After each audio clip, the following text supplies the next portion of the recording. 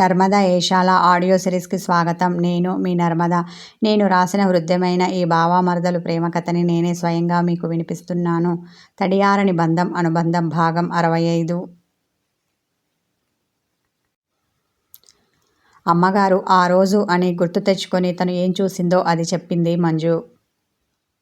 అవునా, అందుకే జాను అలా వెళ్ళిందా? వీడు అందుకే దాని వెనకాల బైక్ వేసుకొని వెళ్ళాడా అని తనలో తాను అనుకున్నట్టుగా పైకి అంది ఇంద్రాణి. అవును అమ్మగారు, ఇదే నిజం అంది మంజుల. మరి ఇంత జరిగితే నువ్వు ఆ పెద్దావిడ నోరు ఎందుకు మెదపలేదు? నువ్వెంత భయపడినా, ఆవిడెంత జానుకు ప్రమాణం చేసినా అందరూ జానుని నానా మాటలు అంటున్నప్పుడు అవి విని ఎలా ఊరుకున్నారు? నోరు కదిపి అలా కాదు, ఇలా జరిగిందని ఒక మాట చెప్పి ఉండొచ్చు కదా. పిచ్చిపిల్ల, అది ఎంతమందిలో ఎన్ని మాటలు పడింది, ఎన్ని అవమానాలు భరించింది. ఆమె మీద సానుభూతి చూపించింది ఇంద్రాణి. ఆమెకు నిజం తెలియడంతో ఇంతకు ముందు జానుని నిందించినందుకు పశ్చాత్తాపపడింది. అంతేకాకుండా ఎవరు ఎన్ని మాటలు అన్నా పడి మౌనంగా ఉన్న జాను ఓపికకి, సహనానికి ఆమెపై తనకున్న ప్రేమ రెట్టింపైంది. చాలా రోజుల తర్వాత తన గదిలో విశ్రాంతిగా పడుకొని ఉన్న శైలేంద్ర దగ్గరికి వచ్చి, ఏమండి, ఈ ఉత్తరం చూడండి, అతని చేతిలో పెట్టింది. ఏంటది? అతడు దాన్ని తీసుకొని ఓపెన్ చేసి చదివి దిగ్భ్రాంతికి గురయ్యాడు. ఇది నిజమా ఇంద్రాణి అంటుంటే అతని స్వరం వణికింది. శార్దు ఇలా చేశాడు అంటే అతడు నమ్మలేకపోతున్నాడు. అవునండి, ఇది నిజం. ఇప్పుడు అత్తయ్య గారు లేకపోయినా దీనికి సాక్ష్యంగా మంజుల ఉంది. బాధతో వాపోయింది. నా కొడుకు చేసిన తప్పుకు అనవసరంగా జానుని నానా మాటలు అన్నాను అన్న ఆమె మనోవేదనతో నలిగిపోయింది. పశ్చాత్తాపంతో ఆమె గుండె బరువెక్కింది. అందుకే నిజానిజాలు తెలుసుకోకుండా ఎదుటి వాళ్ళ మీద నిందలు వెయ్యొద్దని పెద్దలు అంటారు. మనం మన జానుని చిన్నప్పటి నుండి చూసి కూడా, దాని వ్యక్తిత్వం తెలిసి కూడా ఆ అమ్మాయి మీద నిందలు వేసి మహాపాపం చేశాం. ఇప్పుడు దీనికి నిష్కృతి ఏంటి? బాధతో తల్లడిల్లాడు శైలేంద్ర. మనం తనని సూటిపోటి మాటలు అన్నా మా అమ్మగారు వెళ్తూ మంచి పని చేసి వెళ్ళారు. తన చేతుల మీదుగా వాళ్ళిద్దరికీ పెళ్లి చేశారు.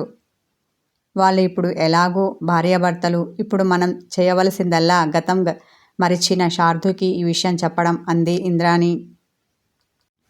మనం సడన్గా ఈ విషయం చెప్తే వాడు తట్టుకోలేడు. నేనేనా ఇలా చేసింది అని బాధపడతాడు. నిజం చెప్పాలి అంటే షాక్కి గురవుతాడు. అసలే వాడిది సున్నిత మనసు. అది తట్టుకోలేక షాక్తో కోమాలోకి వెళ్లే ప్రమాదం కూడా ఉంది ఆలోచనగా అన్నాడు శైలేంద్ర.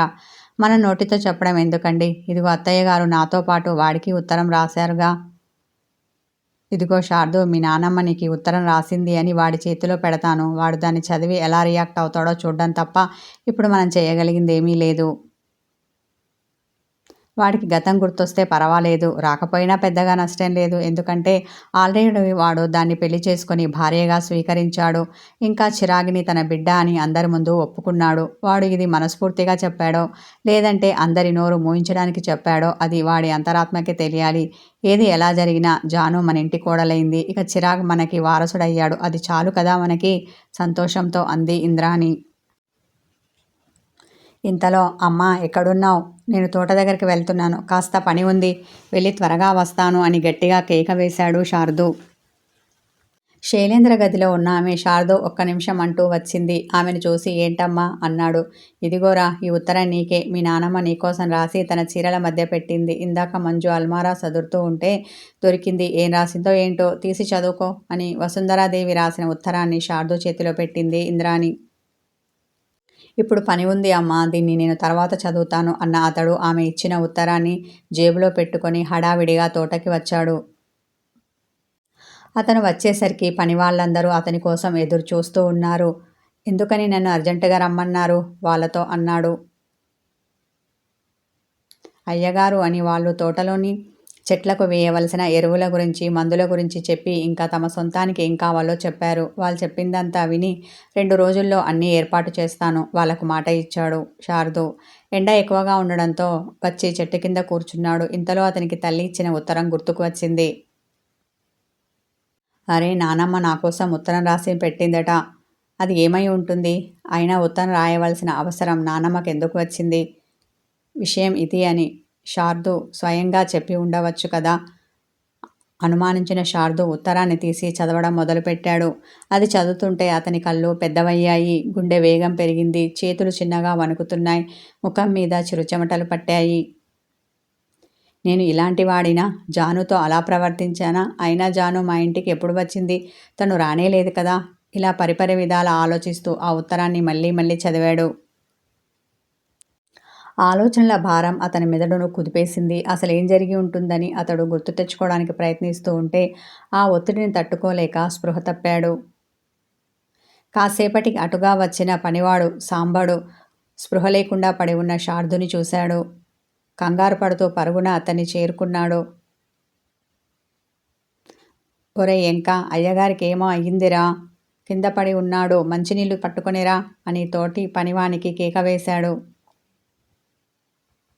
సాంబని పిలుపు విన్న ఎంకడు మంచినీళ్లు తీసుకొని వచ్చి స్పృహ లేకుండా పడి ఉన్న శారదు ముఖం మీద చిలకరించాడు. అయ్యగారు అయ్యగారు అని పిలుస్తూ అతనికి స్పృహ తెప్పించే ప్రయత్నం చేశాడు. ఏం చేసినా అతనిలో ఉలుకు పలుకు లేకపోయేసరికి బాగా భయపడ్డాడు. ఒరే సాంబా, పెద్దయ్య గారికి ఫోన్ చేసి చిన్నయ్య గారు ఇలా పడిపోయి ఉన్నారని చెబుదామా? కంగారు పడుతూ అన్నాడు ఎంకడు. అలాగే చేద్దాం, కానీ మరోసారి నీళ్లు ముఖం మీద చిలకరించడం కాకుండా గుమ్మరించి చూద్దాం, లేస్తాడేమో అన్న సాంబడు ఒక చెంబు నీళ్లు అతని ముఖం మీద పోశాడు. సాంబని ప్రయత్నం ఫలించి స్పృహలోకి వచ్చాడు శారదు.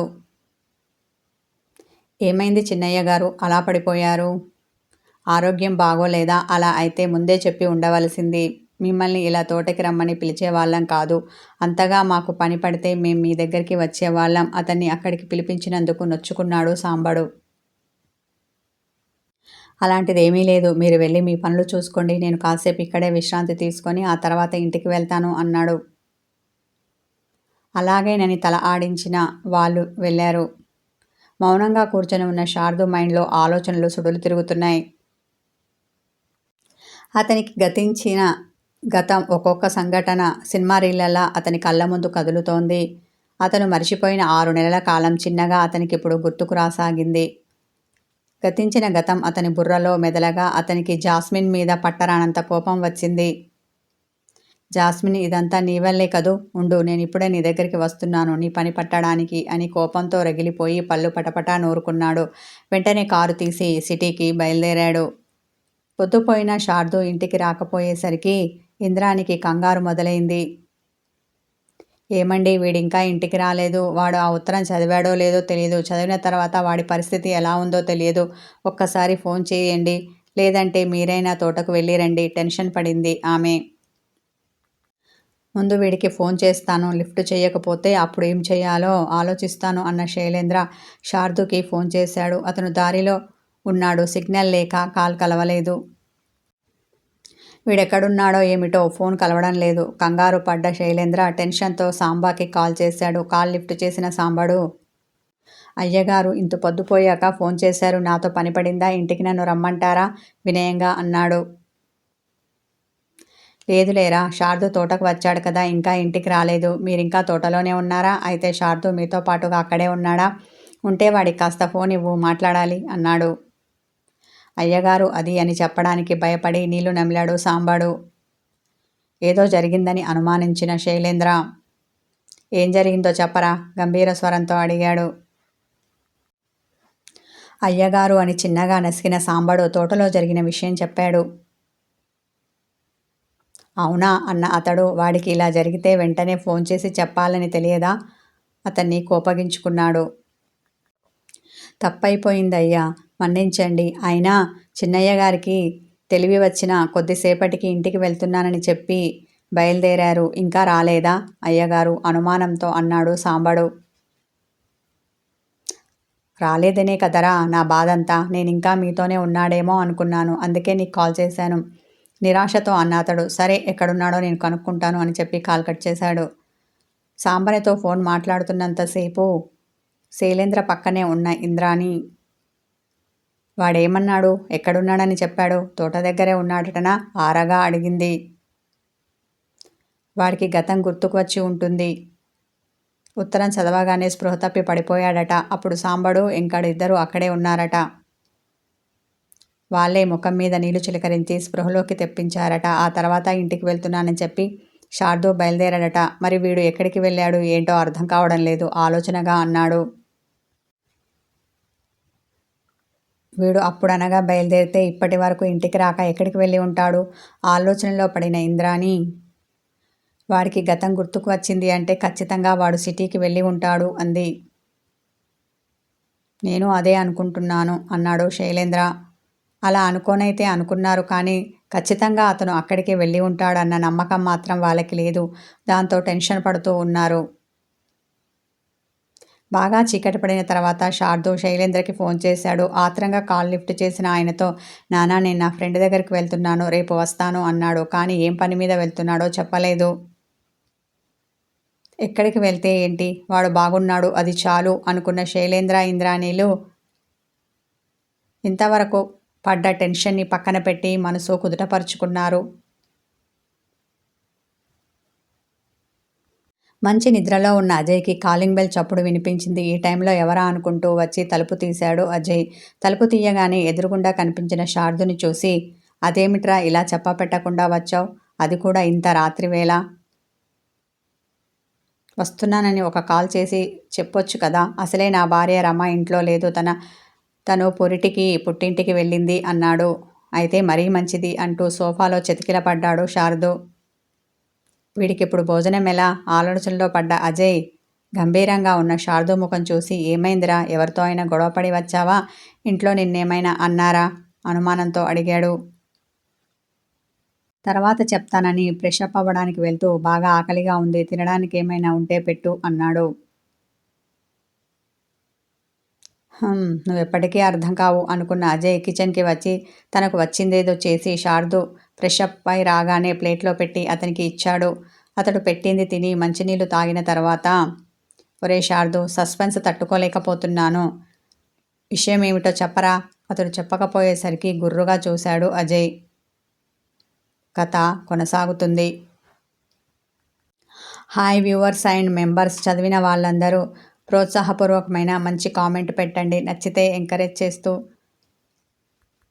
లైక్ చేయండి, కామెంట్ చేయండి, హైప్ చేయండి.